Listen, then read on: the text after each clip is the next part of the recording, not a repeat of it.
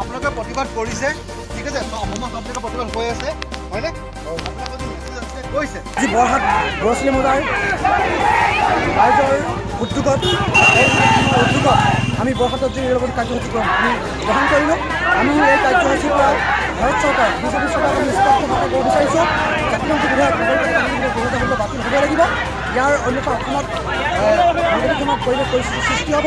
অসমে কোনো কাৰণতে গ্ৰহণ কৰিব নোৱাৰে। লগতে হিমন্ত বিশ্ব শৰ্মা আৰু RSS এই আপোনাৰ বিধেয়ক বাতিলৰ বাবে